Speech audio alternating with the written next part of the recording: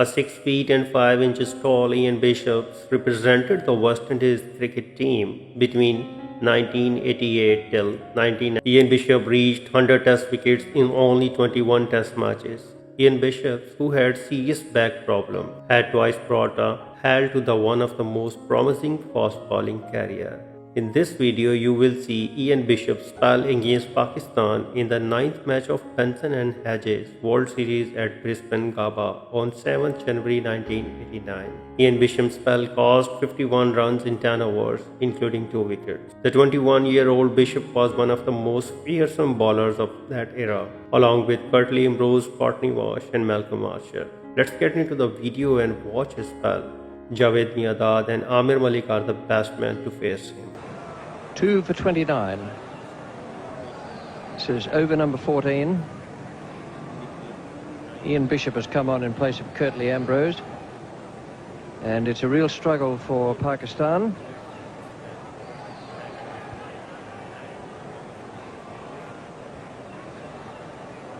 The bowling figures, Marshall 6 overs, 1 for 11. Here's the first ball from Ian Bishop.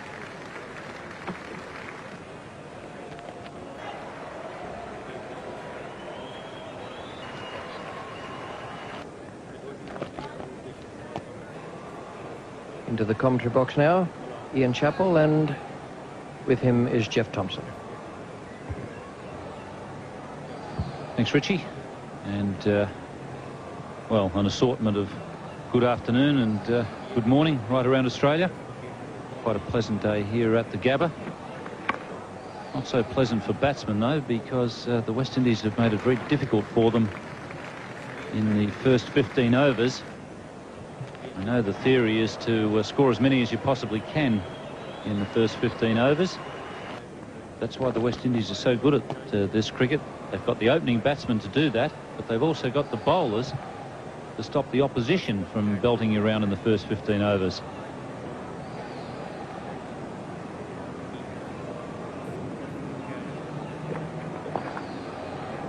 They have given a few extras away. So welcome to the commentary position to Jeffrey Thompson, a man who could bowl pretty quick himself. I guess you've been enjoying watching some of these West Indies work this summer, Tomo. Yes, Ian, good morning to everyone. No, it's been great watching them this summer. I mean, a lot of people are complaining about the West Indies bowling, but myself being a fast bowler, I've really enjoyed it because I think they're great exponents of it.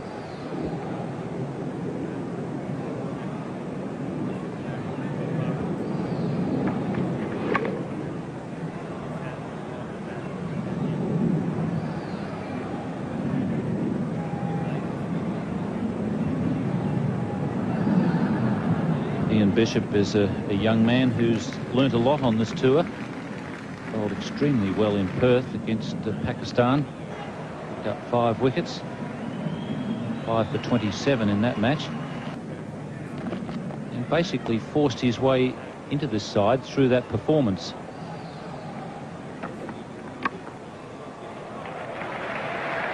Hooper at mid-on. It's well run. Got his chance through injury to Malcolm Marshall.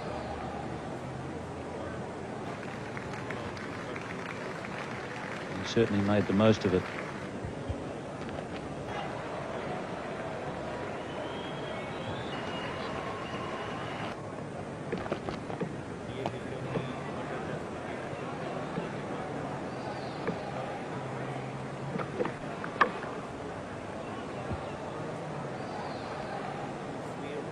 In fact, I should say it was Curtly Ambrose that was sick in Perth. That's how he got his first opportunity.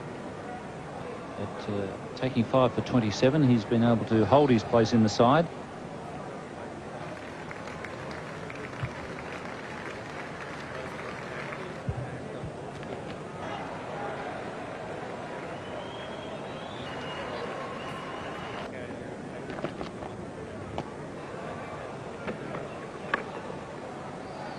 That's well played.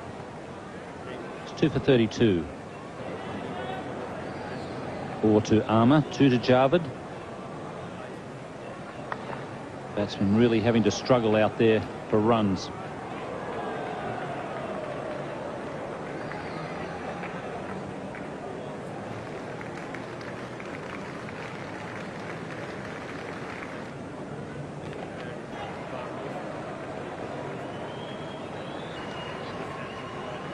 There was a big appeal from Winston Benjamin against Armour Malik in the last over. Winston Benjamin is not happy.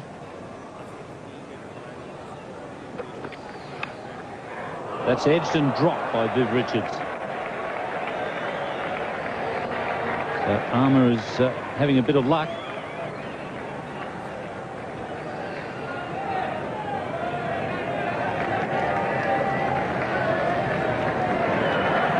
Fine delivery here from Bishop, a little bit quicker.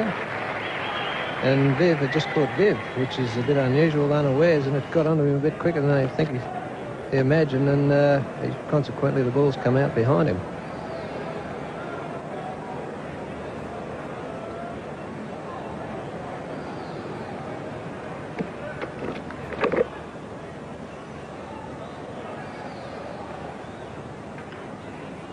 So a bit of good fortune there for Armour Malik, dropped by Viv Richards at first slip.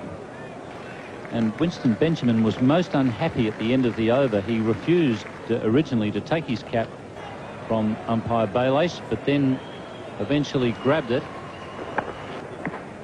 There's certainly a bit of noise there. Jeffrey Dujon wasn't in any doubt that it had been edged.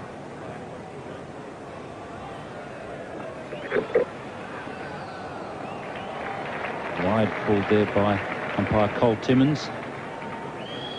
Yeah, Benjamin originally refused to take his cap from umpire Baylace, and then changed his mind, went back and really snatched it from the umpire. So he obviously wasn't too thrilled about not being rewarded with a wicket.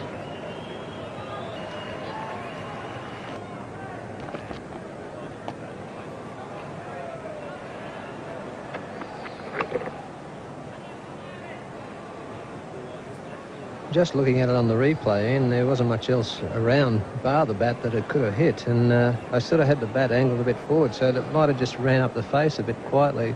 But I mean, it's hard enough for us here with slow motion replays and everything. I mean, how hard is it for the umpire out there anyway?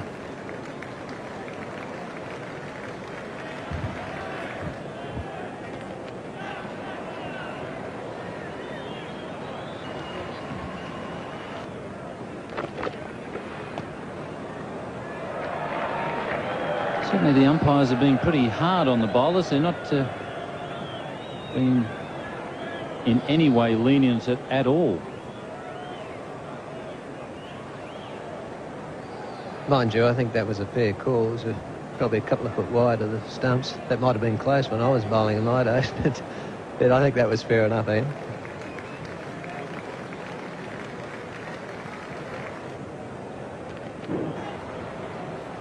Yeah, I think that's quite reasonable. Call that it's at least 2 foot wide of the off stump. That's well taken by Jeffrey Dujon. One of the worst things that can happen for a wicketkeeper is when the ball swings after it gets past the batsman. That's exactly what that one did.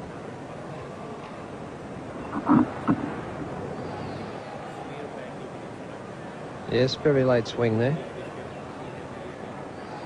I think there's a bit of frustration creeping into the bowlers at these last couple of overs with a few missed dismissals.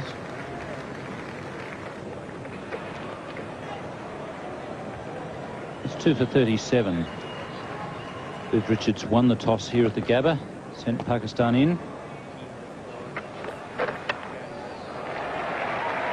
Malcolm Marshall at third man.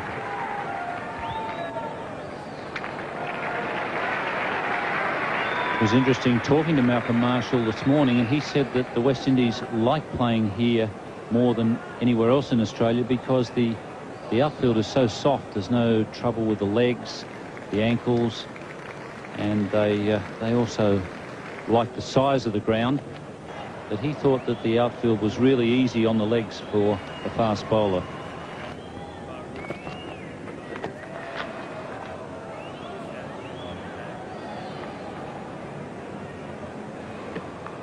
Mind you, Ian, they wouldn't have to spend too much time in the outfield in most games anyway.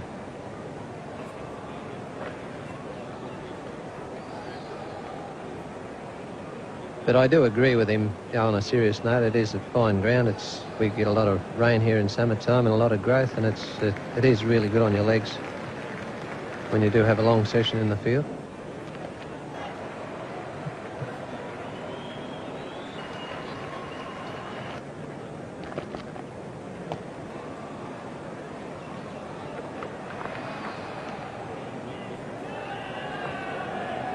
And also another advantage, probably when you think back over the years, is the lushness of growth on the ground and the wicket being fairly grassy as well. Normally as the shine stays on the ball longer, and most of the ground has got these signs all the way around it, so if the ball does hit the fence, it doesn't get knocked around too much, as in wooden fences or other fences that are around Australia as well, and there's no concrete gutters before them.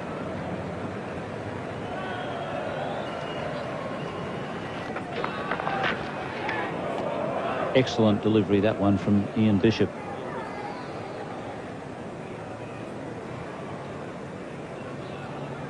Well, the spectators are very close to the action here, and so also are the photographers. Viv Jenkins is the man who shoots the cricket for the PBL publications, and if you want to have a look at any of Viv's work, you'll find it in there amongst those publications that are available this summer.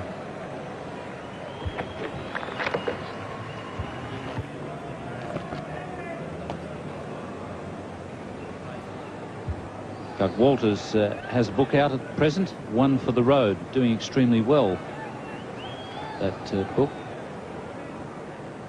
Some of Doug's anecdotes in the game of cricket.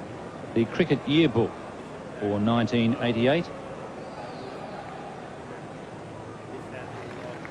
And the tour guide available at $4.95. It's a good over there from Ian Bishop, 2 for 42.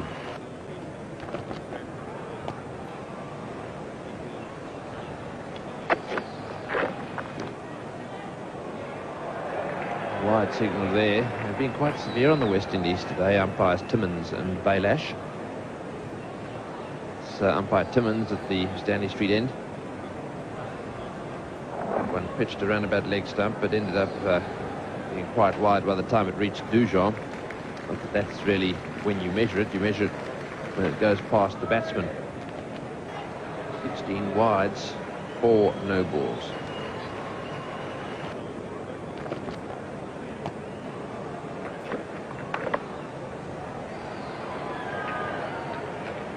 Haynes, the fieldsman. Still a little bit of movement out there. I think that the groundsmen here, the ground staff here, have done very well. Still believe there's just a little bit too much grass on the surface. Kevin Mitchell has a nice flat surface. Yeah, believes that you've got to be very careful not to roll these pitches when they're too damp. Hence, it's nice and flat, there are no waves. Last thing on earth you need is a slightly wavy surface. Oh, that's got to be a wide. That's a big wide. And they've really bowled a lot of in-swingers with this breeze coming across from cover now to square leg, pushing the ball into leg stump and the ball swinging well away. It's very wide of the stumps there. He's obviously going to push the ball down leg side. There's no doubt in old Timmins' mind that was a wide.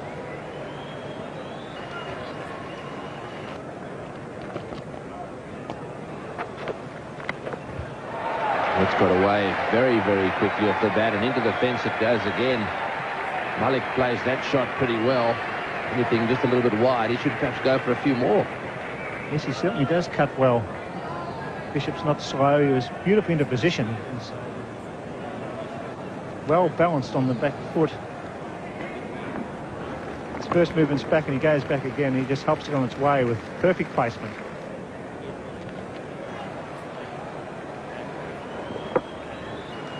That's a beautiful shot. Wasn't very wide of third man, but it hit so well. And another wide, and this could be 4. Off the fingertips there. 4 wides signalled by umpire Timmins. This is helping Pakistan. Must be a worry for Vivian Richards, his bowlers today. They played so well throughout the series, but all the bowlers losing control, spraying the ball down the leg side. 21 wide, it's unbelievable. A good, fine, warm day. You're starting out so wide, and the angle there is Dujon no chance at all.